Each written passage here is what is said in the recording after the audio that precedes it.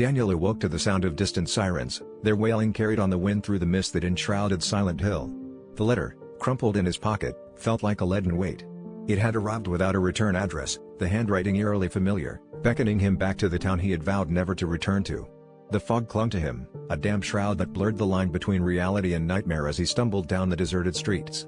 Each step echoed with the memories he could never escape, the crime that had shattered his life and sent him spiraling into a darkness he could not forgive himself for. The hospital loomed, its broken windows like eyes watching him approach. Inside, the air was suffocating, filled with a scent of decay and something acrid he couldn't place. The walls seemed to pulse with a malevolent energy, and shadows twisted into grotesque forms. As he wandered the dim corridors, he was haunted by visions of the past, his daughter, her laughter echoing, then the sickening thud, and the silence that followed.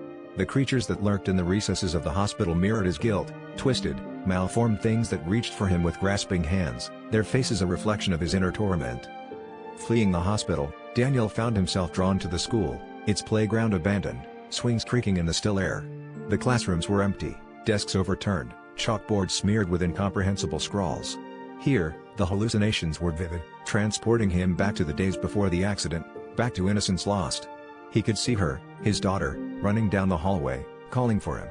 But the walls closed in, the floor fell away, and he was plunged into a hellscape of his own making. Reality twisted, and he was forced to confront the monstrous embodiment of his guilt, a towering figure, its face ever shifting, reflecting his deepest shame and regret. As the fog thickened, Daniel staggered back into the streets, the boundaries of Silent Hill dissolving into an endless void. He stood at the edge of town, where the road disappeared into nothingness. The letter burned in his hand, the final words now clear, "Find peace." The sirens wailed once more, and the ground trembled beneath him. In that moment, Daniel understood that redemption was not a place but a state of being he could never reach.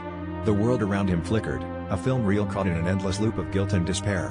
Whether he stepped forward into the unknown or remained trapped in this purgatory of his own design, only the fog knew.